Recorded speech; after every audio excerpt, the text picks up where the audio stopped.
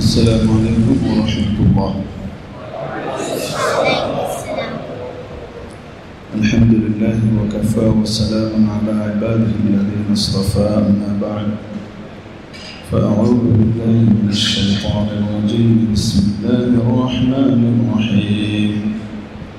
يا أيها الذين آمنوا اجتنبوا كثيرا من الظن إن بعض الظن إثم ولا تجسسوا ولا يغتب بعضكم بعضا أيحب أحدكم أن يأكل لحم أخيه ميتا فكرهتموه واتقوا الله إن الله تواب رحيم. صدق الله مولانا العظيم.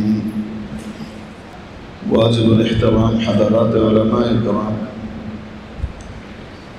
আজিজ তালাবা, ধর্মপ্রাণ ধর্মগুরু সর্বস্তরের সম্মানিত মুসল্লিয়ানে জান, আল্লাহ তাবারাকা ওয়া তাআলা আমাদেরকে তার মহান ঘরে হাজির হয়ে কালামে পাকের মজলিসে বসবার জন্য তৌফিক দান করেছেন। শুকরিয়া আদায় করি আলহামদুলিল্লাহ।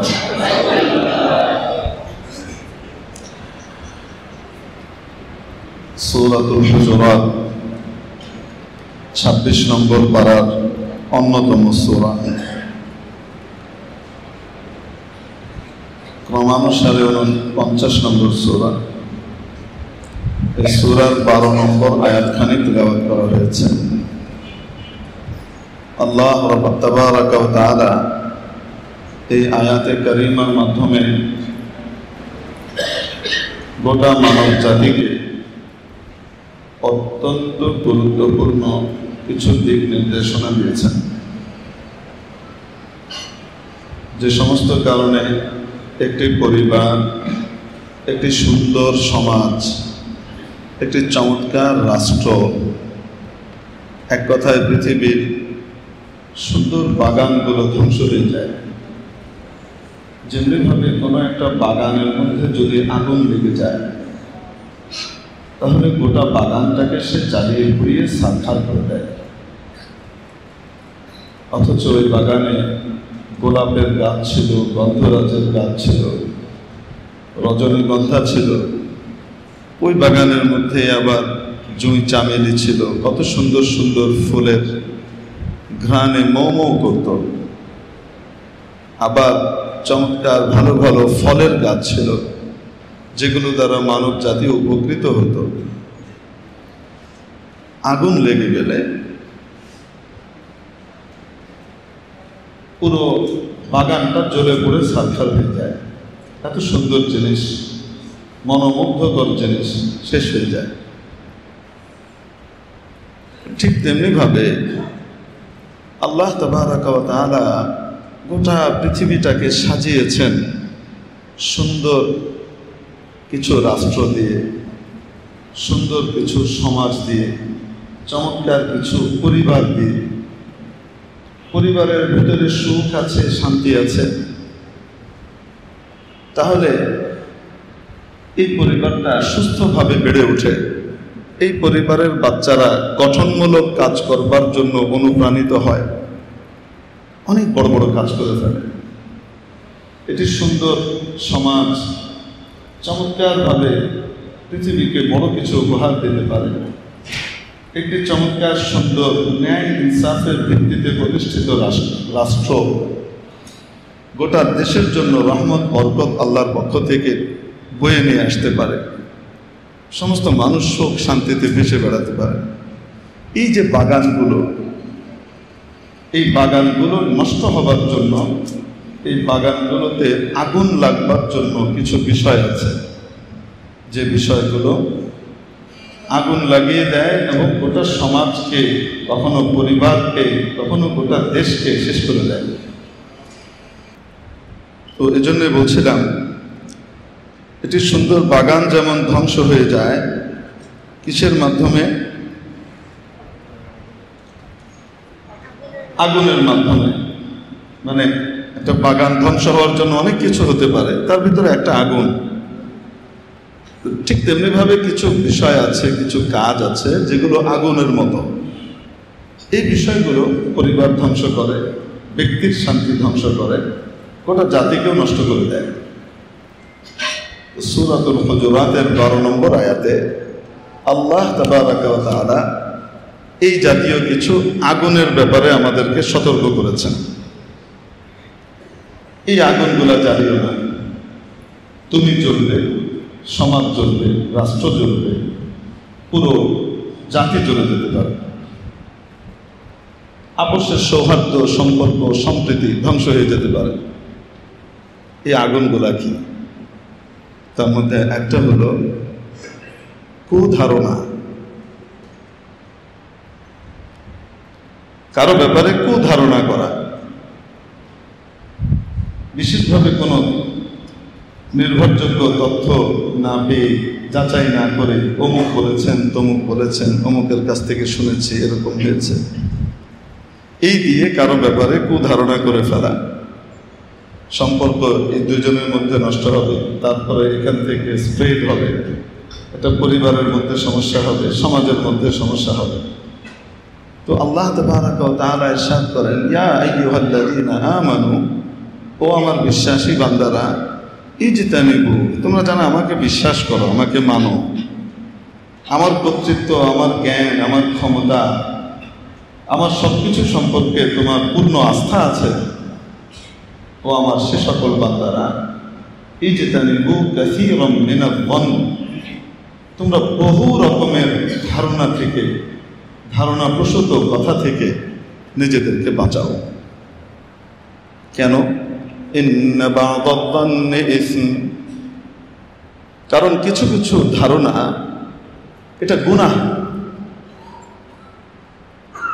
বাহ্যিক ক্ষতি হোক আর চাই না হোক, তুমি গুনাহগার হবে। এই গুনাহের কারণে তোমাকে জাহান্নামে যাওয়া লাগবে। তুমি দুনিয়াতেও ক্ষতিগ্রস্ত হবে, আখিরাতেও ক্ষতিগ্রস্ত হবে। রাসূল পাক সাল্লাল্লাহু আলাইহি ওয়াসাল্লাম হাদিস পাকের ভিতরে ইরশাদ করেন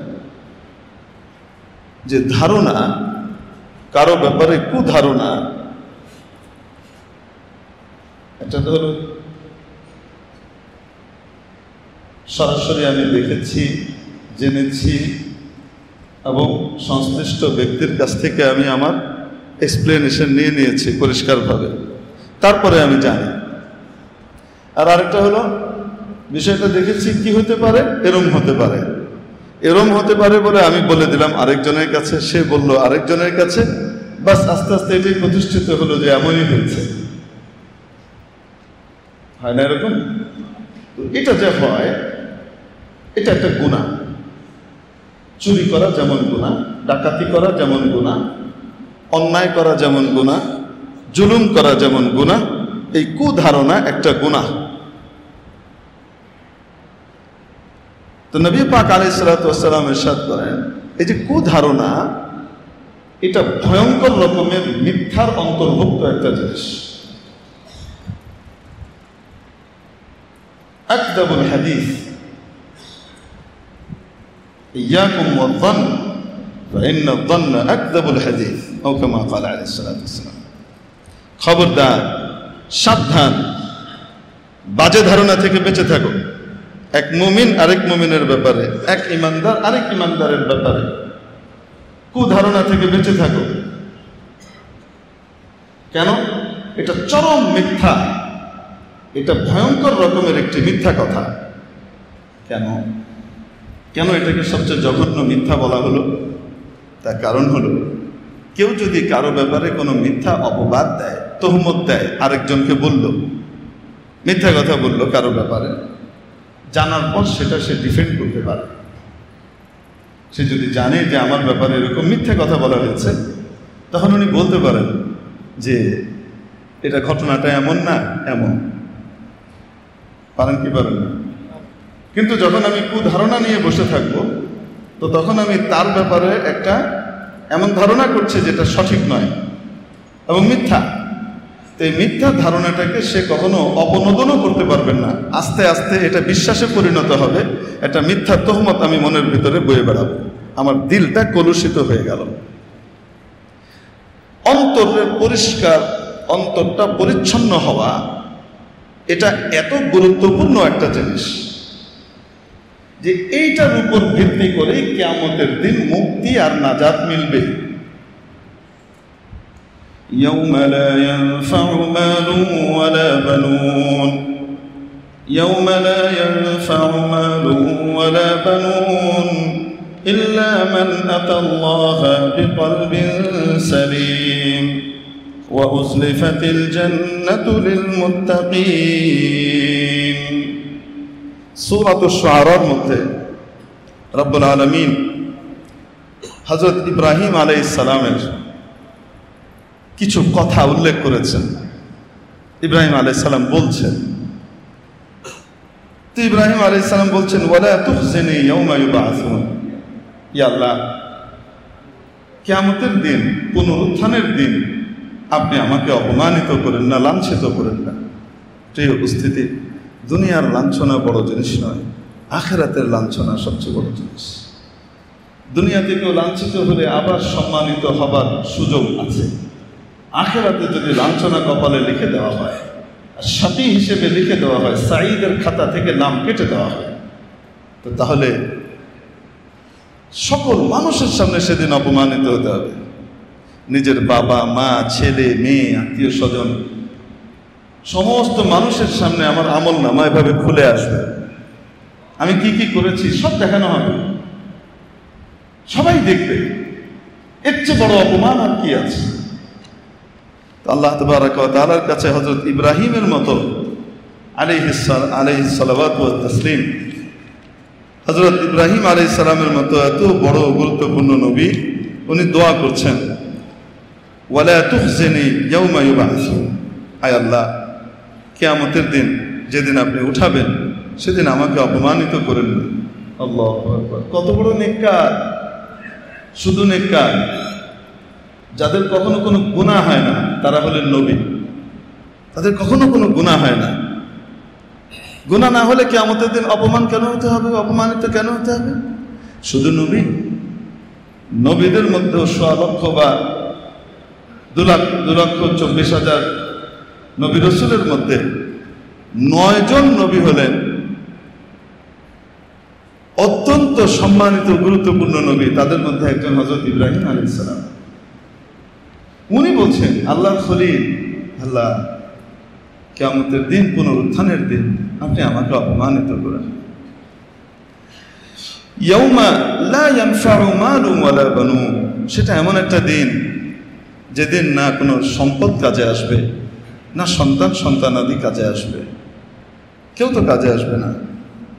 ইল্লা, তবে হ্যাঁ, মান আতাল্লাহা বিকলবিন সালিম, যে ব্যক্তি আল্লাহর কাছে এসে উপস্থিত হবে একটি সুস্থ নিরোগ অন্তর নিয়ে, কলুষ মুক্ত অন্তর নিয়ে, সাফ হৃদয় নিয়ে যে আল্লাহর কাছে আসবে,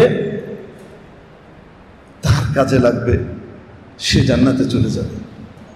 ওয়া উজলিফাতিল জান্নাতু লিল মুত্তাকিন, এবং জান্নাতকে সাজানো হয়েছে, তৈরি করা হয়েছে তাকওয়াওয়ালাদের জন্য, যারা আল্লাহকে ভয় করে তাদের জন্য।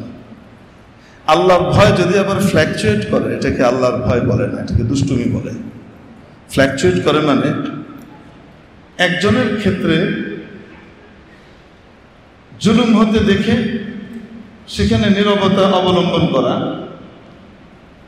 হ্যাঁ, আবার জুলুমের প্রতিকার হতে দেখলে তখন আবার সেক্ষেত্রে আমি আল্লাহকে ভয় করি, আমি এখানে প্রতিবাদ করবই। অন্যভাবে বলেন, মানে প্রিয় মানুষের ক্ষেত্রে এক রকমের, আর যাকে পছন্দ করি না তার ক্ষেত্রে আরেক রকমের। আল্লাহর ভয় এক এক জায়গায় এক এক রকম হয়ে যাচ্ছে, যেটা আল্লাহর ভয় না আল্লাহর ভয়ের বাহানা। তো আল্লাহ সবগুলো কথা আল্লাহ জানেন কি জানেন না? আব্দুল্লাহ ইবনে উবাই বিন সালুল নামে এক লোক ছিল, নবীজির যুগে নামাজ পড়ত, প্রথম কাতারে নামাজ পড়ত। মসজিদে রাসূল সাল্লাল্লাহু আলাইহি সাল্লামের কাছে যে যাকাত টাকাত ইত্যাদি জমা করা, অন্যান্য কাজ সব কিছু জমা করত, দান খয়রাতও করত। নবীজির সাথে যুদ্ধ চলে, মানে যেখানে জানবাজি লাগার মতো বিষয় সেখানেও চলে, কিন্তু তলে তলে নবীজির বিরোধিতা করত। তলে তলে কি করত? উপরে আল্লাহর ভয়, আমি আল্লাহকে ভয় করে দেখাতো, আর তলে তলে আল্লাহকে রুষ্ট করার কাজগুলা করে যেত। কাফেরদের সমর্থন, জালিমকে সমর্থন, এগুলা করে যেত, নবীজির বিপক্ষে থাকতো। তো আল্লাহ তাআলা আয়াত নাজিল করেছেন সে এবং তার দলবল অনুসারীদের ব্যাপারে, যারা উপরে খুব নেককার পরহেজগার মুসলমান, আল্লাহ ভীরুতা দেখাচ্ছে আর তলে তলে জড় কাটছে, ইসলামের মূলে কুঠারাঘাত করছে। এদের ব্যাপারে আল্লাহ তাআলা কি বলছেন? বড় অদ্ভুত কথা বলছেন। জাহান্নামে তো অনেকগুলো স্তর আছে, সবচাইতে নিচে জঘন্যতম যে স্তরটা, যার নিচে আর কোনো স্তর নাই, এত গভীর এবং এত কঠিন সাজার জায়গা, সেই জায়গাটায় কারা থাকবে আল্লাহ তাআলা সেই লোকদের পরিচয়টা দিয়ে দিয়েছেন। তারা কারা? ইন্নাল মুনাফিকিনা ফিদ দারকিল আসফালি মিনান নার ওয়া লান তাজিদ লাহুম নাসীরা। নিশ্চয়ই যে মুনাফিক উপরে ইসলামের পক্ষে কথা বলছে আর তলে তলে ইসলামের মূলে কুঠারাঘাত করে, দ্বিমুখী আচরণ, এই যে যারা করে, এটা জাহান্নামের সবচেয়ে নিম্ন স্তর, যেটা নিকৃষ্টতম স্তর, ওই জায়গাটা আমি তাদের জন্য বরাদ্দ করেছি। ওখানে এর চাইতে উপরের স্তরে থাকবে ফিরাউন, হামান, নমরুদ, কারুন, সাদ্দাত, আবু জেহেল। কেন? এরা মুনাফিক ছিল না, এরা জঘন্য সাজা পাবে, কিন্তু তার চেয়েও নিকৃষ্টতম স্তরে মুনাফিকদের জায়গা হবে। এই জন্য যারা আসলেই আল্লাহকে ভয় করে তাদের ব্যাপারে আল্লাহ রাব্বুল আলামিন কালামে পাকের মধ্যে ইরশাদ করে দিয়েছেন হযরত ইব্রাহিম আলাইহিস সালামের কথা, ওয়া উজলিফাতিল জান্নাতু লিল মুত্তাকিন। নিশ্চয়ই মুত্তাকিনের জন্য, তাকওয়াওয়ালাদের জন্য জান্নাত আল্লাহ নির্ধারিত করেছেন। তো হযরত ইব্রাহিম আলাইহিস সালামের যে কথাগুলো, সেগুলোর ভিতরে একটা কি? ইল্লা মান আতাল্লাহা বিকলবিন সালিম, যে সুস্থ হৃদয় নিয়ে, সালিম ওত্তাবা নিয়ে, পরিশীলিত অন্তর নিয়ে উপস্থিত হবে, সে জান্নাতে যাবে। এর সমর্থন আমরা হাদিসের বিভিন্ন কিতাবে বর্ণিত নির্ভরযোগ্য সূত্রের হাদিস এর মধ্যে আমরা পাই। রাসূল পাক সাল্লাল্লাহু আলাইহি ওয়াসাল্লাম একবার এক মজলিসের মধ্যে বসা, হঠাৎ বললেন, এখন যে লোকটা আসবে না সে জান্নাতি। একজন লোক ঢুকলেন। দ্বিতীয় দিন নবীজি আবার বললেন, একটু পরে যে লোকটা আসবে না সে জান্নাতি। ওই লোকই ঢুকলেন। তৃতীয় দিনও নবীজি সাল্লাল্লাহু আলাইহি ওয়াসাল্লাম আবার বললেন, একটু পরে যে লোকটা আসবে না সে জান্নাতি। আবার সেই একই লোক ঢুকলেন। তো এক ব্যক্তির ব্যাপারে নবীজি সাল্লাল্লাহু তাআলা আলাইহি ওয়াসাল্লাম পরপর 3 দিন কিসের ঘোষণা দিলেন? জান্নাতি হওয়ার ঘোষণা দিলেন। সাহাবায়ে কেরাম বড় বিস্মিত হলেন। দেখতে শুনতে তো সাধারণ মানুষ, তেমন কিছু মনে হচ্ছে না, নবীজি তাকে জান্নাতি বলছেন। তো সাহাবীদের মধ্যে একজন আবেদ সাহাবী ছিলেন হযরত আব্দুল্লাহ ইবনে আমর ইবনুল আস রাদিয়াল্লাহু তাআলা আনহু। হযরত আব্দুল্লাহ ইবনে আমর ইবনুল আস রাদিয়াল্লাহু তাআলা আনহু এমন একজন সাহাবী যার হাদিসের রিওয়ায়াতের সংখ্যা হযরত আবু হুরায়রার চাইতেও বেশি। কিন্তু হযরত আবু হুরায়রা রাদিয়াল্লাহু তাআলা আনহুর সব রিওয়ায়াতগুলো অন্যদের কাছ পর্যন্ত পৌঁছেছে, সংরক্ষিত হয়ে এসেছে। হযরত আব্দুল্লাহ ইবনে আমর ইবনুল আস রাদিয়াল্লাহু তাআলা আনহু শেষ জমানায় মদিনার বাইরে দূরে থাকার কারণে ওই রকম ছাত্র ওই পরিমাণ পান নাই, যার কারণে সমস্ত হাদিসগুলো ওইভাবে সংরক্ষিত হয় নাই। এই ঘোষণা হযরত আবু হুরায়রার নিজের, যে সাহাবায়ে কেরামের মধ্যে, নবীজির সাহাবীদের মধ্যে আমার চেয়ে বেশি হাদিস সংরক্ষণ করেছে এরকম কাউকে পাওয়া যাবে না। তবে আব্দুল্লাহ ইবনে আমর ইবনুল আস, কেন? ফাইন্নাহু কানা ইয়াকতুবু ওয়া কুনতু লা আকতুবু। কারণ আব্দুল্লাহ ইবনে আমর ইবনে আস নবীজির হাদিস শোনার সাথে সাথে ওটাকে লিখে ফেলতেন, আর আমি সবকিছু লিখতাম না, যার কারণে হয়তো কিছু আমার কাছ থেকে ছুটে গেছে, কিন্তু আব্দুল্লাহর কোনো কিছুই ছুটে নেই। এই সাহাবী অত্যন্ত বুজুর্গ সাহাবী ছিলেন, উনি ওই মজলিসে উপস্থিত ছিলেন যে মজলিসে নবীজি পরপর 3 দিন কি করেছেন, একজন ব্যক্তির ব্যাপারে জান্নাতি হওয়ার ঘোষণা দিয়েছেন। এই লোকটা জান্নাতি। হযরত আব্দুল্লাহ রাদিয়াল্লাহু তাআলা আনহু চিন্তা করলেন, জানতে হবে সে কি ইবাদত করে, কি এমন আমল করে যে আমলের কারণে সে জান্নাতি। তো উনি কৌশল করে তার বাড়িতে গেলেন, গিয়ে একটা সুন্দর কথা বললেন যে আমার বিবির সাথে একটু খটমট হয়ে গেছে, তো বিবির সাথে খটমট হয় না দুনিয়াতে কার, আজ না হলেও 2 বছর আগে তো হয়েছে। উনি তো আর বলেন নাই যে আজকে হয়েছে, আমার বিবির সাথে তো একটু খটমট হয়ে গেছে। এরপরে জুমলায় মুস্তানাফা, এই মুহূর্তে বাসায় যেতে চাচ্ছি না, আপনার বাড়ি থেকে একটু মেহমান হওয়া যাবে? বাড়িতে মেহমান হয়েছে, উদ্দেশ্য হলো রাতের আমল দেখা। উনি দেখলেন, উনি তো সারা রাত জেগে থাকা সাহাবী, উনি দেখছেন যে এই লোক খাওয়া দাওয়া খাইয়ে দিয়ে ভিতরে ঢুকে আল্লাহর নামে ঘুমিয়ে গেল, ভোঁস ভোঁস করে সারা রাত ঘুমালেন।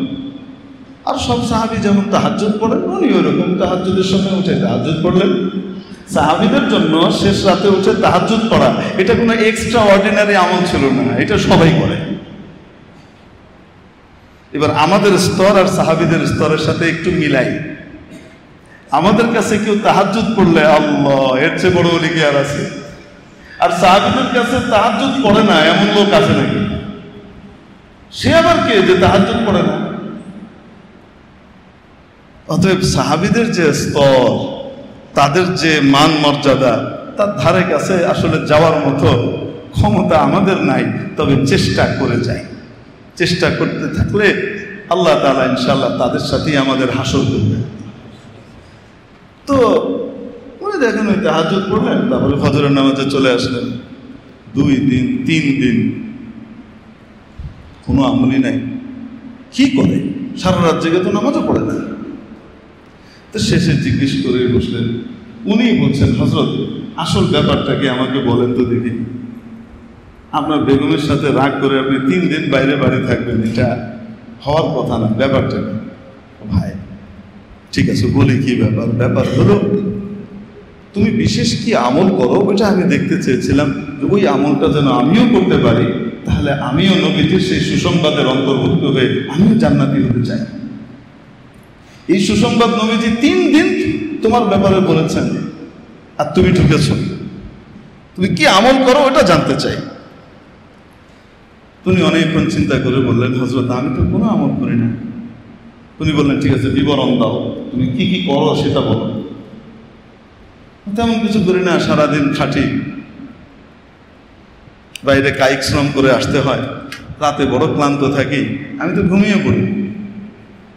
আবার ওই তাহাজ্জুদের সময় সবাই যেমন ওঠে আমিও উঠি, আমি ঘুমিয়ে পড়ি। তো ঘুমের আগে আমি যেমন দোয়া টালাম পড়ে শুই, ওই সময় আমি আমার সমস্ত মুসলমান ভাইয়ের ব্যাপারে আমার দিলকে পরিষ্কার করে ফেলি। আমি বলে দিই, আল্লাহ আমার দিলের ভিতরে কারো ব্যাপারে যদি কোনো খারাপ কিছু থাকে, তুমি এটা আমার দিল থেকে বের করে দাও, আমি তাকে মাফ করে দিলাম। আমি আমার দিলটা সাফ করে ফেলি, পরিষ্কার করে ফেলি। হযরত আব্দুল্লাহ ইবনে আমর ইবনে আস রাদিয়াল্লাহু তাআলা আনহু বললেন, আরে ভাই, এইটাই তো সেই আমল, তোমার কাছে এটা ক্ষুদ্র আর ছোট্ট মনে হয়, এইটাই তো সেই আমল যে আমল দিয়ে মানুষ জান্নাতে যাবে। এই দিল নষ্ট হয় কুধারণার মাধ্যমে। এটা সেই আগুন, যে আগুন দিল নষ্ট করে দিচ্ছে। আর দিল নষ্ট করা মানে হলো আপনার জান্নাত নষ্ট করে দেওয়া, জান্নাত জ্বালিয়ে দেওয়া। এটা সে আগুন। তো নবীজি বলছেন, সাবধান, কারো ব্যাপারে কুধারণা থেকে বেঁচে থাকো। হয়তো এরকম, হয়তো এরকম, নিশ্চয় এরকম হয়েছে, এরকম হয়েছে, এরকম হয়েছে, মনে মনে কি করলাম, ধারণা করে নিলাম, বেঁচে থাকো। কেন? এটা জঘন্যতম মিথ্যা। কারণ এই মিথ্যার প্রোটেস্ট ওই লোক কখনো করতেই পারবে না যার ব্যাপারে করলাম আমি, কিন্তু তার ব্যাপারে আমার দিকটাকে আমি নষ্ট করে ফেলেছি। আস্তে আস্তে আস্তে আস্তে একটা পর্যায়ে আমি তার সাথে জুলুমের আচরণ করব, আমি তার সাথে যে আচরণ না করার সেগুলা করব, যেটা সে হকদার না সেগুলা করে বসব। এই সমস্ত কিছুর বুনিয়াদ হয় কুধারণা। জন্য কোরআনে কারীমে রব্বুল জালাল সূরাতুল হুজুরাতের এই 12 নম্বর আয়াতে আমাদেরকে বললেন, ইজতানিবু কাসীরাম মিনাদ-দন, বহু ধারণা থেকে নিজেদেরকে বাঁচাও। ইন্না বা'দাদ-দন্নি ইসম, নিশ্চয় কুধারণা এটা কি? গুনাহ। কিছু কিছু ধারণা এটা গুনাহ। হুজুর আমি শুধু ধারণা করি না, ধারণা হয়েছে সেটা কিন্তু আমি বলে দিছি আরেকজনকে। ওরে আল্লাহ, তাহলে তো আগুন শুধু তুমি তোমার দিলে লাগাও নাই, তোমার দিলে আগুন লাগিয়ে তুমি তোমার জান্নাত জ্বালিয়েছো তা তো না, তুমি যত জায়গায় স্প্রে করেছো তাদের সকলের জান্নাত নষ্ট করেছো। তুমি তো আরো ভয়ঙ্কর।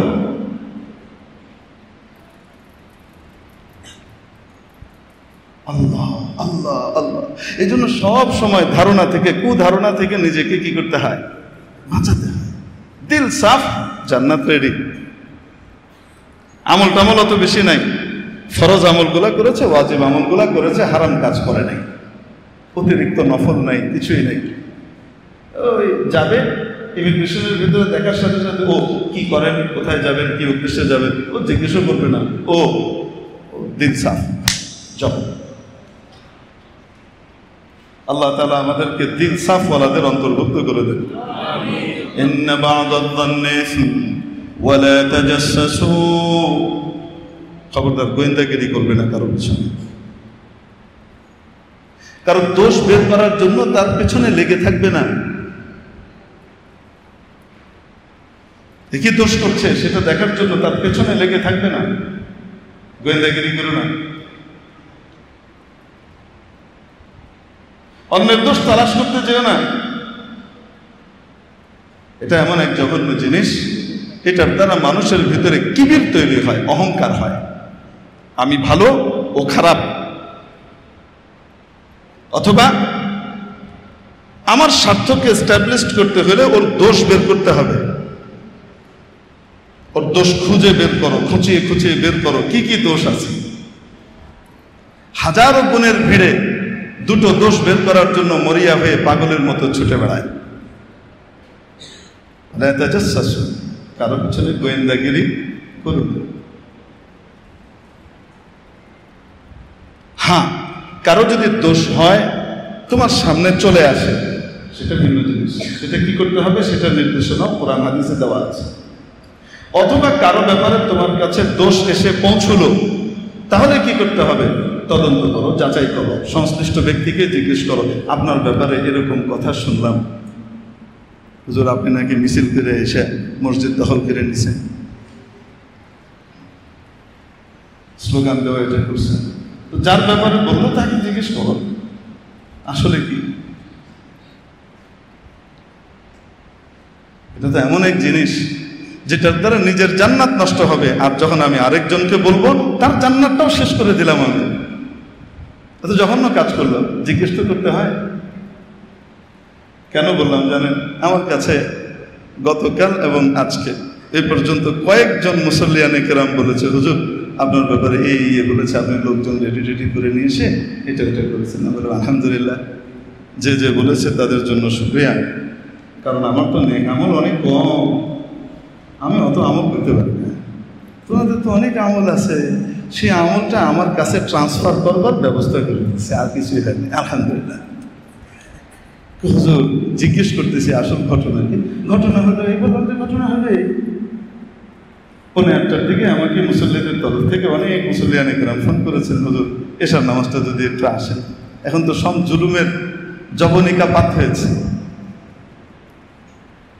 সবকিছুই শেষ হয়েছে, তো আমরা আমাদের সে বৈধ খতিব সাহেবকে কেন পাবো না, আমরা একটা আপনার পিছনে নামাজ পড়ব। আমি বলেছি না, আমি এইভাবে আসবো না। যে বা যারা আমাকে ফোন করেছেন আমি যে বলেছি ওই সাক্ষীও আছে এখানে, এই উপস্থিতির ভিতরেই আছে। আমি বলেছি আমি আসবো না, এভাবে আসবো না। যাই হোক, পরবর্তীতে যেটা হয়েছে, আবার ফোন এসেছে, আমরা আসছি আপনার কাছে, আমরা আসছি, আপনি না আসলে আমরা আসবো। এসে আমার বাড়ির সামনে 8:30টার ভিতরে মোটামুটি 200-250 মুসল্লিয়ানে গ্রাম, যাদের বেশিরভাগই গল্লোডেরই ছিলেন, আমি যাদেরকে দেখেছি চিনি, যাদেরকে এরকম বহু মুসল্লিয়ানে গ্রাম হাজির হয়েছেন। সংখ্যা আমি অনুমানের ভিত্তিতে বলছি। আমার বাসা পর্যন্ত, নিচ পর্যন্ত সব জমায়েত হয়েছে। নেমেছি, আমাকে সাথে করে তারা নিয়ে এসছেন। এখন যে বা যারা উল্টোটা ছড়িয়ে বেড়ালেন, বললেন, তারা তাদের আমলটা আমার কাছে পাঠিয়েছেন না? পাঠিয়েছেন। এই কুধারণাটা যত জায়গায় স্প্রে করবে, তত জায়গাতে তাদের জান্নাতটা নষ্ট করবে। এটা এক্সাম্পল হিসেবে একটা বললাম, যেহেতু নগদ তাই নগদ বললাম। কেন বললাম বলবেন? বলবো, যারা নাকি মূল দায়িত্বে থাকে, মুসলিম জাতির নেতৃত্বে থাকে, তাদের বিষয়ে যদি কারো ব্যাপারে কোনো কুধারণা তৈরি হয়, সেই ধারণার জায়গাটাকে পরিষ্কার করে দেওয়া রাসূলের সুন্নাত। একদিন নবী পাক আলাইহিস সালাতু ওয়াস সালাম অন্ধকারের ভেতরে দাঁড়িয়ে ওনার স্ত্রীর সাথে কথা বলছিলেন। অন্ধকারে দাঁড়িয়ে 2 সাহাবী ওই রাস্তা দিয়ে যাচ্ছেন। তো ওনারা যখন চলে যাচ্ছেন, রাসূল সাল্লাল্লাহু আলাইহি ওয়াসাল্লাম তাদেরকে ডাকলেন, এই এদিকে এসো। ডেকে বলছেন, এটা অন্য কেউ না, আমার স্ত্রী সাফিয়া। আল্লাহু আকবার। এটা আমার স্ত্রী সাফিয়া, আমি অন্য কারোর সাথে নেই। ইয়া রাসূলুল্লাহ, আপনার ব্যাপারে আমরা কল্পনা করবো না, তারপরেও আমি যদি পরিষ্কার করে না দিই, তোমার ক্ষতি হয়ে যেতে পারে, তোমার ধ্বংস আসতে পারে। মাহতারাম দোস্ত, এই জন্য ইমাম খতিবের জায়গায় যারা থাকেন, মুসলমানদের জিম্মাদারিতে থাকেন, যদি কোনো অভিযোগ সামনে আসে পরিষ্কার করে দেওয়া উচিত। যাক, এটা তো অন্য বিষয়। আমরা আমাদের মূল আলোচনায় আসি। কুধারণা করবে না, তাজাসসুস করবে না, অন্যের পিছনে পড়ে থাকবে না যে তার দোষ বের করবে। কেন জানেন? রাসূল পাক সাল্লাল্লাহু আলাইহি ওয়াসাল্লাম ইরশাদ করেন, সহিহ মুসলিম শরীফের হাদিস, কোন ব্যক্তি যখন আরেকজন মুসলমানের দোষ বের করার জন্য উঠে পড়ে লাগে, ইয়াত্তাবিল্লাহ আওরাতাহ, তখন আল্লাহ ওই ব্যক্তির দোষ বের করবার জন্য নিজে পিছনে লাগেন। ওয়া মান ইয়াত্তাবিল্লাহু আওরাতাহ, আর আল্লাহ যার দোষ বের করার জন্য তার পিছনে লাগেন, ইউফদিহু ফি বাইতি, তাকে তার সবচেয়ে নিরাপদ জায়গা, নিজের বাড়ি, সেখানে বেইজ্জত করে। বাহিরে তো বেইজ্জত হবে, তার ঘরেও সে বেইজ্জত হবে। আর অন্যের দোষের পিছনে মানুষ কখন পড়ে? যখন আখিরাত ভুলে যায়। যখন কি ভুলে যায়? আখিরাত ভুলে যায়। অথবা নিজেকে বড় মনে করে, আমি খুব ভালো, অমুক খারাপ, তার দোষ বের করো বসে বসে। তাহলে হুজুর, যদি কোনো প্রতিষ্ঠানের দায়িত্বে থাকি, অধীনস্থরা ঠিক মতো কাজ করছে কি করছে না, এটার ব্যাপারে কিভাবে জানবো? খোঁজখবর রাখা হবে। এটা দায়িত্বশীলের দায়িত্ব, খোঁজখবর রাখবে। কিভাবে? বিভিন্নভাবে খোঁজখবর রাখা যায়, তদারকির মাধ্যমে রাখা যায়, মাঝে মাঝে ডেকে কাউন্সিলিংয়ের মাধ্যমে রাখা যায়, করতে হয়। এগুলো তরিকা। অন্যের দোষ তালাশ করার জন্য যদি আমি আমার চোখ ব্যবহার করি, তাহলে আল্লাহ আমার দোষটা বের করে অন্যের সামনে দিবেন। তাহলে আমার মান সম্মান নিয়ে টানাটানি করবে। অপরদিকে যে ব্যক্তি কারো দোষ দেখে, মুসলমানের একটা দোষ দেখলো, গোপন দোষ। কেমন দোষ? আসতে বলি, গোপন দোষ, ওপেন দোষ না। যে ওপেন দোষ করে ফিরে বেড়ায়, সবার সামনে মদ খেয়ে বেড়াচ্ছে, সে নিজেই তো নিজেকে খুলে ন্যাংটা করে দিচ্ছে।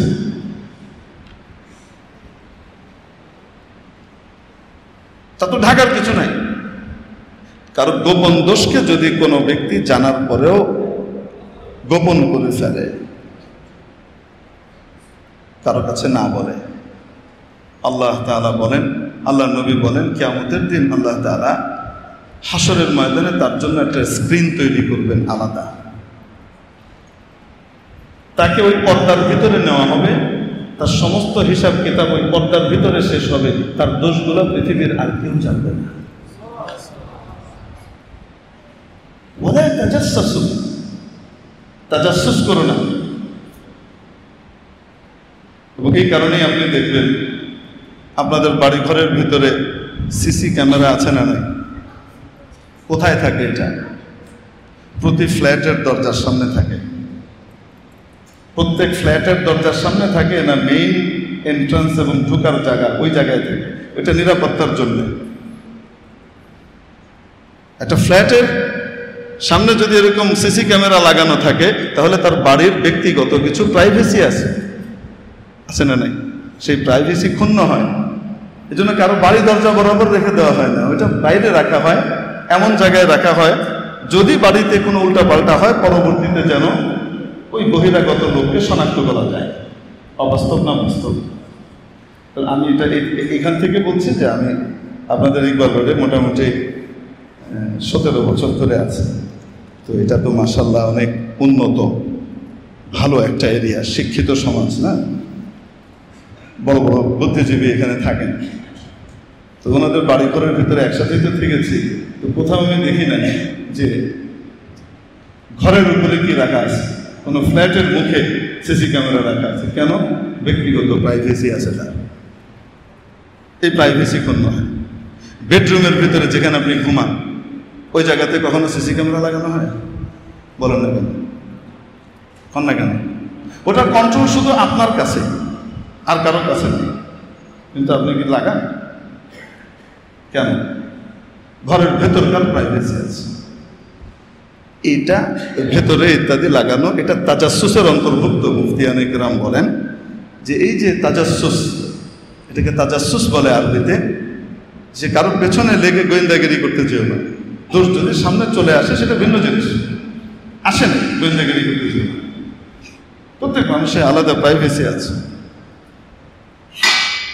এই জন্য আমাদের জামিয়া মাদানিয়া বাড়িধারাতে একবার এক জায়গার নজির আনা হলো, কোনো এক জায়গার যে অমুক জায়গাতে ক্লাসরুমেও কি আছে সিসি ক্যামেরা লাগানো আছে, তা আমাদের এখানেও লাগানো হোক। মাঝখানে জালিম শাহীর কারণে আমাদেরকে বাড়িধারা মাদ্রাসা থেকে ওদের চাপে বের করা হয়েছিল। আলহামদুলিল্লাহ পরবর্তীতে আবার তারা প্রায় মাইল খানিক দূর থেকে ফুলের মালা দিয়ে পুরা মাদ্রাসা আমাদেরকে আবার কি করেছে, মাদ্রাসায় নিয়ে এসছে। তো আসার পরে আমরা দেখলাম ভেতরে ওই সময় এই বিভিন্ন জায়গাতে ক্লাসরুম সহকারে এগুলোর ভিতরে ক্যামেরা লাগানো আছে। আমাদের মোতায়েন সাহেব দামাত বারাকাতুহু উনি বললেন এটা নিষিদ্ধ, প্রাইভেসি আছে, বাচ্চাদের প্রাইভেসি আছে, ওস্তাদের নিজস্ব প্রাইভেসি আছে। এখানে তারা থাকে, এখানে তারা ঘুমায়, এই জায়গাতে তারা খায়। তদারকি করতে হবে, তদন্ত করতে হবে, কোনো রকমের সমস্যা যেন না হয় সেটার জন্য সব রকমের খেয়াল রাখতে হবে। কিন্তু 24 ঘন্টার আচরণ এটার দ্বারা ফলো হবে, এটা কখনোই ইসলাম সমর্থন করে না। সাথে সাথে বন্ধ করে দেওয়া হবে। তো এগুলো গুরুত্বপূর্ণ বিধান। আমরা সুন্নত নিয়ে তো লাভ মারি, মুস্তাহাব একজন আমল করে নাই তার পিছনে লেগে যায়, মুস্তাহাব ঠিক মতো করে নাই। জানাজার নামাজের ভিতরে মুজতাহাদ ফি মাসআলা, সালাম ফিরানোর পরে হাত ছাড়বে নাকি সালাম ফিরানোর আগে হাত ছাড়বে, পরিষ্কার কোনো রিওয়ায়াত নাই এই ব্যাপারে। আগে ছাড়বে না পরে ছাড়বে, ইজতিহাদি মাসালা। এই বিষয় নিয়ে দেখি মসজিদে মসজিদে তুলকালাম কাণ্ড লেগে গেছে। বিভিন্ন জায়গায় এই সমস্ত রিপোর্ট আসে আমাদের কাছে। জামিয়া মাদানিয়া বাড়িধারা আলহামদুলিল্লাহ বাংলাদেশের ঐতিহ্যবাহী একটা মাদ্রাসা, অনেক পুরনো, মাশাআল্লাহ প্রায় 3000-এর মতো ছাত্র সংখ্যা। শুধু দাওরায়ে হাদিসেই 450-এর উপরে ছাত্র, আলহামদুলিল্লাহ। তো বিভিন্ন জায়গা থেকে মানুষ আসে বিভিন্ন মাসালার জন্য, এগুলো আমাদের সামনে আসে। তো এই ছোট্টখাট্ট বিষয় নিয়ে তো তুলকালাম কাণ্ড ঘটায় ফেলি, আর হারাম কাজ করে বেড়াতেছি, খবরও নাই যে এটা যে নাজায়েজ। তাজাসসুস যে নাজায়েজ ভুলেই গেছে, ইচ্ছা করে তো করে না, মনের ভুলে করছে, অজানা খেয়াল নাই যে এটা ঠিক না। কেউ পরামর্শ দিল, অমুক পরামর্শ দিল, চাপ দিল, হ্যাঁ ঠিক আছে হইতে পারে, হয়ে গেল।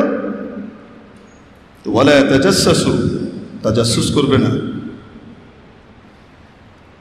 3 নম্বর কথা বললেন ওয়ালা ইয়াগতাব বা'দুকুম বা'দা, তোমাদের মধ্যে কেউ যেন একে অপরের গীবত না করে। গীবত কাকে বলে? রাসূল পাক আলাইহিস সালাতু ওয়াস সালাম একদিন বললেন, আল গীবাতু আশাদ্দু মিনাজ জিনা, গীবত জিনার চেয়েও, ব্যভিচারের চেয়েও জঘন্য। তার মানে এই না যে ব্যভিচার হালকা জিনিস, ওটার সাজা তো সারা দুনিয়া জানে। আল্লাহ তাআলা বলছেন এটা অত্যন্ত জঘন্য এবং নিকৃষ্ট একটা কাজ, জঘন্য নিকৃষ্ট একটা কাজ। জাহান্নামের নিকৃষ্টতম জায়গাতে তার জায়গা হবে, কিন্তু তার চেয়েও জঘন্য জিনিস গীবত। কেন? ব্যভিচারের কারণে আল্লাহ রুষ্ট হয়েছেন, অনেক বড় গুনাহ হয়েছে। সে যখন আল্লাহর কাছে মাফ চাবে, তওবা করে আসলে দিল থেকে মাফ চাবে, আল্লাহ আমি ভুল করেছি, অন্যায় করেছি, আর কোনোদিন করবো না, আল্লাহ মাফ করে দেবে, আল্লাহ মাফ করে দেবে, সে সাফ হয়ে যেতে পারে। মানুষের দোষ কেউ আমাকে এসে বলছে, তাও আমি শুনবো না। খুব নবী পাক আলাইহিস সালাতু ওয়াস সালামের কাছে এক সাহাবী আসলেন, এসে কানে কানে এসে বলছেন, ইয়া রাসূলুল্লাহ আমি জিনা করেছি, আমাকে পবিত্র করেন। আল্লাহু আকবার, কি পরিমাণ ইখলাস! পবিত্র করা মানে বোঝেন? পবিত্র করা মানে হলো কোমর পর্যন্ত মাটির নিচে দাবিয়ে তারপরে ইসলামের বিধান পাথর নিক্ষেপে তাকে হত্যা করা। রাসূল সাল্লাল্লাহু আলাইহি ওয়াসাল্লাম ইসলামী রাষ্ট্রের সর্বোচ্চ ব্যক্তি, ওনার দায়িত্ব এই ধরনের অপরাধ সামনে আসলে, প্রমাণিত হলে আল্লাহর এই শাস্তি বাস্তবায়ন করা। ওয়ালা তাখুযকুম বিহিমা ওয়াকফাতুন ফি দীনিল্লাহ, আল্লাহ তাআলা এই বিধান নাজিল করার পরে বলেছেন আল্লাহর দ্বীন বাস্তবায়নের ক্ষেত্রে সাবধান, সামান্য দয়া মায়া যেন তোমাদেরকে স্পর্শ না করে। মায়ার জায়গায় আল্লাহর বিধান বাস্তবায়ন করতে হবে। সাহাবী নিশ্চিতভাবে জানেন, কেউ দেখে নাই। উনি এসে আল্লাহ রাসূলের কানে কানে বলছেন, ইয়া রাসূলুল্লাহ আমি জিনা করেছি, আমাকে পবিত্র করেন। মানে আমাকে পাথর নিক্ষেপে হত্যা করে হলেও জাহান্নামের আগুন থেকে বাঁচান। রাসূল সাল্লাল্লাহু আলাইহি ওয়াসাল্লাম অন্যদিকে মুখ ফিরিয়ে নিয়েছেন, অন্যদিকে মুখ ফিরিয়ে নিয়ে বলছেন, লাআল্লাকা মাসাসতা, মনে হয় তুমি তাকে টাচ করেছো, যাও তওবা করে নাও আল্লাহর কাছে, যাও আল্লাহর কাছে তওবা করে নাও। কি বলছেন?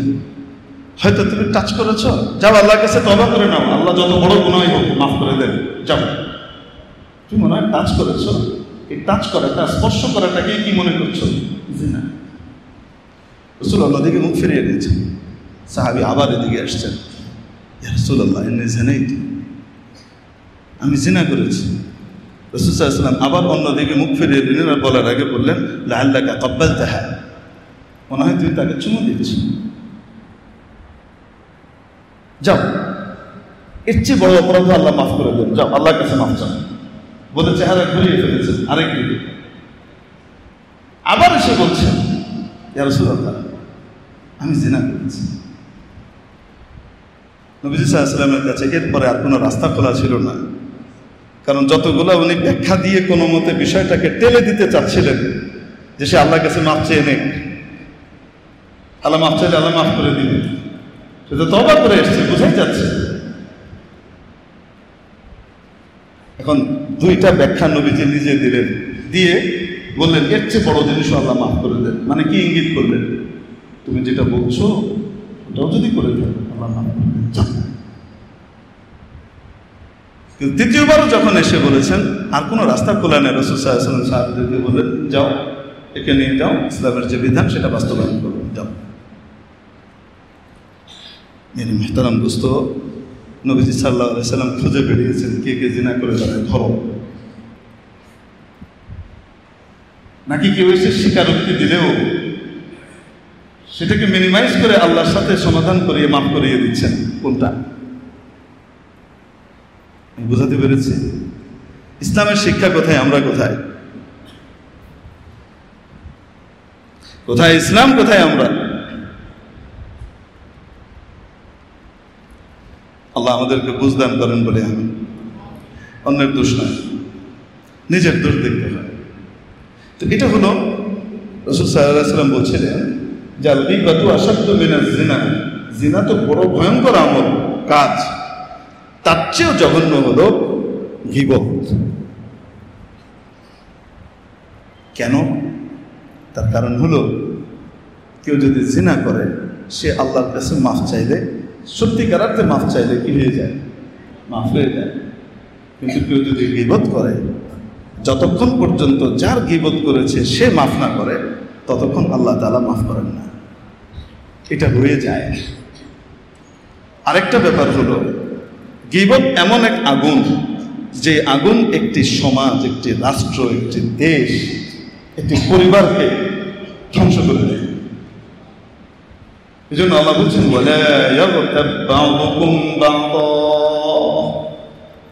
পরস্পরে একে অপরের গীবত করো না। আল্লাহ নবী সাল্লাল্লাহু আলাইহি ওয়াসাল্লাম পরে আবার জিজ্ঞেস করলেন আতাদরুনা মাল গীবা, জানো গীবত কি? যিকরুকা আখাকা বিমা ইয়াকরাহ, কোন ব্যক্তির পিছনে তার এমন দোষের আলোচনা করা যেটা সে পছন্দ করে না, এমন কথা তার পিছনে বলা, এটা হলো গীবত। এক সাহাবী খুব অবাক হয়ে গেলেন, আশ্চর্য কারবার, রাসূল বলে কি? এটা কি বলেন? ইয়া রাসূলুল্লাহ ইন কানা ফি আখি মা আকুল, আমার ওই ভাইয়ের ভিতরে যদি বাস্তবে ওই দোষটা থেকে থাকে, নবীজি সাল্লাল্লাহু আলাইহি ওয়াসাল্লাম বলেন যদি তার ভিতরে ওই দোষটা থেকে থাকে আর তুমি বলে বেড়াচ্ছ তাহলেই তো গীবত। আর যদি না থাকে আর তুমি বললে ফাকাদ বাহাত্তা, তাহলে তো মিথ্যা অপবাদ দিলে, ওটা তো আরো জঘন্য। ওয়ালা ইয়াগতাব বা'দুকুম বা'দা, তোমাদের কেউ যেন একে অপরের গীবত না করে।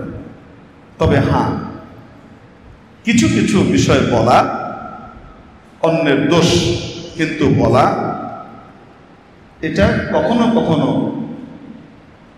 ওয়াজিব এবং ফরজের পর্যায়ে চলে যায়। কোন পর্যায়ে চলে যায়? ওটা গীবতের আওতায় আসে না, নিষিদ্ধ গীবতের আওতায় আসে না, এর উপরে এটা আলাদা করা আছে। যেমন আপনি জানতে পারলেন কেউ কারো ক্ষতি করতে যাচ্ছে, কারো উপরে জুলুম করতে যাচ্ছে, আপনি জানতে পারলেন, জানার পরে তাকে আপনি সতর্ক করলেন না, তার বাড়িটা লুট হয়ে গেল। তার বাড়ি লুটকারী যে পরিমাণ গুনাহ করেছে আপনি তার সমপরিমাণ গুনাহ করেছেন। এটা গোপন করার জিনিস না, বুঝতে পারি? এটা ওপেন করার জিনিস। আপনি জানতে পারলেন অমুক অমুককে হত্যা করে ফেলবে অন্যায়ভাবে, আপনি তাকে বললেন না, খবর দিলেন না, সে মারা গেল। চুপ করে থাকা, কারো কাছে বললে যে অমুক কিন্তু আপনাকে মারতে আসছে, অথবা এমন কাউকে দিয়ে সতর্ক করা যে আপনি বলে দেন যে অমুককে এই করতে যাচ্ছে, এটা গীবত হবে না? এই গীবত ওয়াজিব। বুঝে থাকলে বলেন, এই গীবত কি সাধারণ না ওয়াজিব? ওয়াজিব।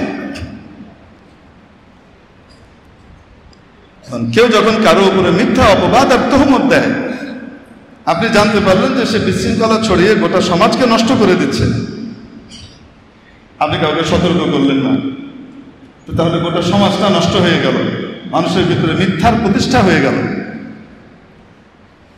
চুপ করে থাকলাম কেন? আমি অত্যন্ত সুশীল, আমি গীবত করি না।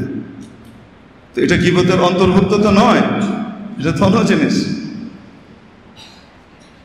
জালিমের গীবত করা মজলুমের জন্য জায়েজ, আমার মানে না, রাসূলের মানে।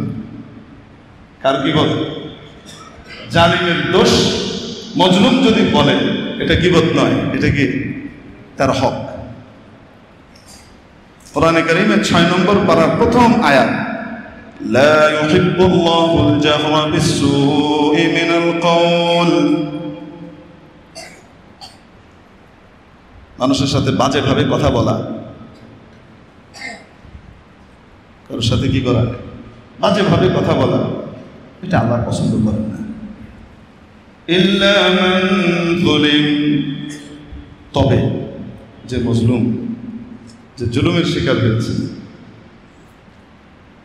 মজলুম যদি বলে তাহলে তার ব্যাপারে এই বিষয়ে ছাড়। হাদিস শরীফের মধ্যে এই ধরনের কিছু ইস্তিসনা এবং ভাগ করে দেওয়া আছে যে এগুলো নিষিদ্ধ গীবতের আওতায় আসে না। এর মনে করেন স্বৈরাচারী করে হাজার মানুষ মেরে ফেলবে, তার ব্যাপারে কিছু বলা যাবে না। হ্যাঁ, আপনারা খালি দোষ চর্চা করেন মানুষের, হ্যাঁ কি বলেন আপনারা, এটা বলা যাবে না। আচ্ছা ঠিক আছে, জুলুমের শিকার ও হয়েছে, আপনার কি? আপনি কেন বলেন?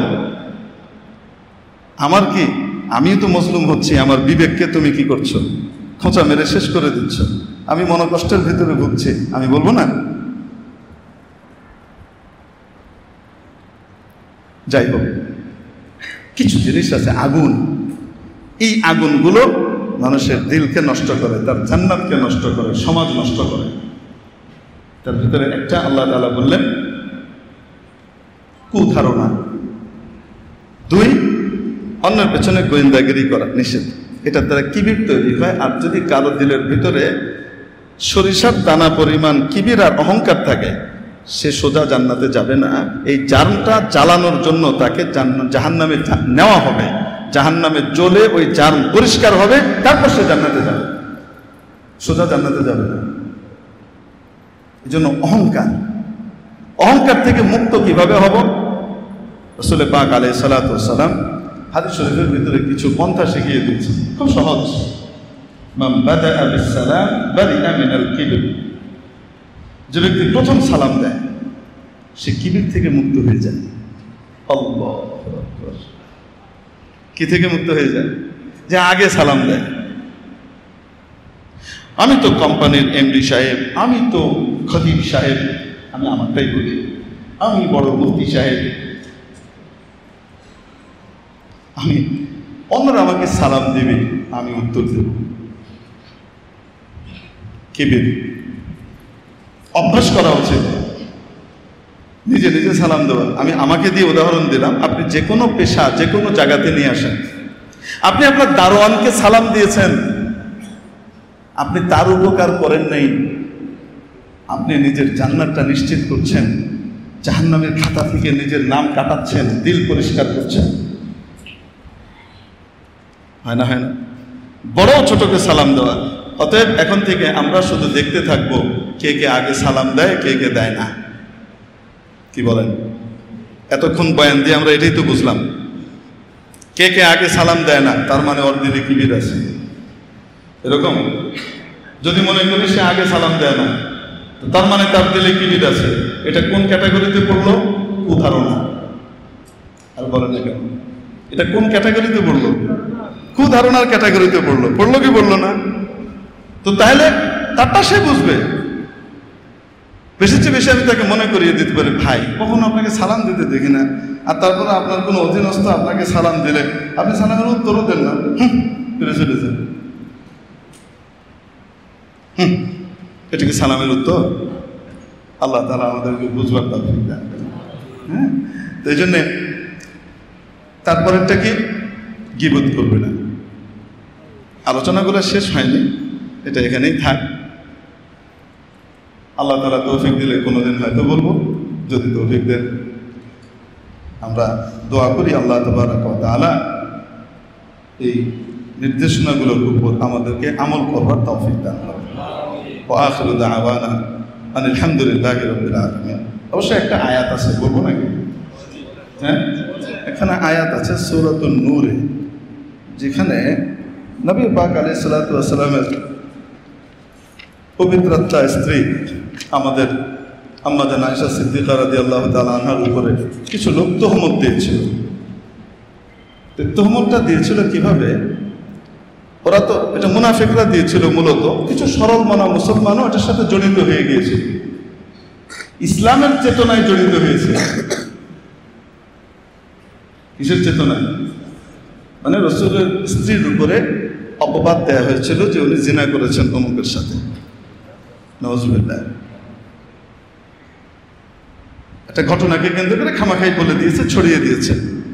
মানুষও এটা কিছু মানুষ গিলেছে এবং তারা একে অপরকে বলেছে, কিছু সরলমনা মুসলমান। তো আল্লাহ তাবারাকা ওয়া তাআলা পরবর্তীতে আম্মাজান আয়েশা রাদিয়াল্লাহু তাআলা আনহার পবিত্রতা বর্ণনা করে 10খানা আয়াত নাযিল করেছেন। কয়খানা? এবং এখানে অনেকগুলো নির্দেশনা দিয়েছেন।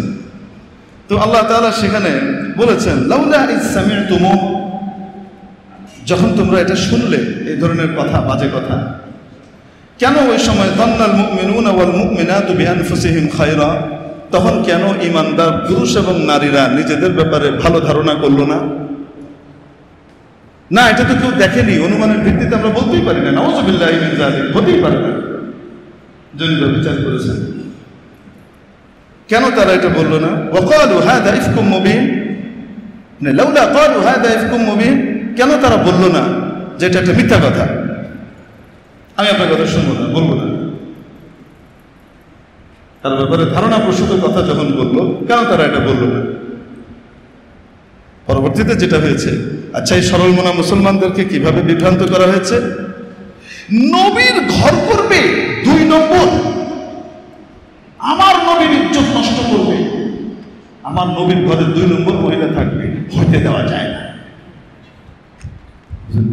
মুসলমানদেরকে উস্কানিটা কিভাবে দিয়েছে? আল্লাহু আকবার, ঠিকই তো। তো এই জন্যে কোনো কিছু শুনলে চিলে কান্দিরও দৌড় মারলাম। জীবনের সর্বক্ষেত্রে সব সময় এগুলোর উপরে আমরা আমল করলে ইনশাআল্লাহ ঘরের ভেতরে শান্তি থাকবে, পরিবারে শান্তি থাকবে, সমাজে এলাকায় শান্তি থাকবে, বাগানের মতো থাকবে। বাগানকে যদি কেউ নষ্ট করতে থাকে, নিবৃত করা, হাদিস শরীফের ভিতরে এসেছে, যে গীবত করে, যে শুনে, উভয়ই সমান অপরাধী। শুনতে নেই, দেখতে নেই। আল্লাহ তাআলা আমাদেরকে সব রকমের গুনাহ থেকে বাঁচবার তৌফিক দান করেন। ওয়া আখিরু দাওয়ানা আলহামদুলিল্লাহি রাব্বিল আলামিন। আসসালামু আলাইকুম ওয়া রাহমাতুল্লাহ। সুবহানাল্লাহি ওয়া বিহামদিহি, সুবহানাকাল্লাহুম্মা ওয়া বিহামদিক, আশহাদু আন লা ইলাহা ইল্লা আনতা, আস্তাগফিরুকা ওয়া আতুবু ইলাইক।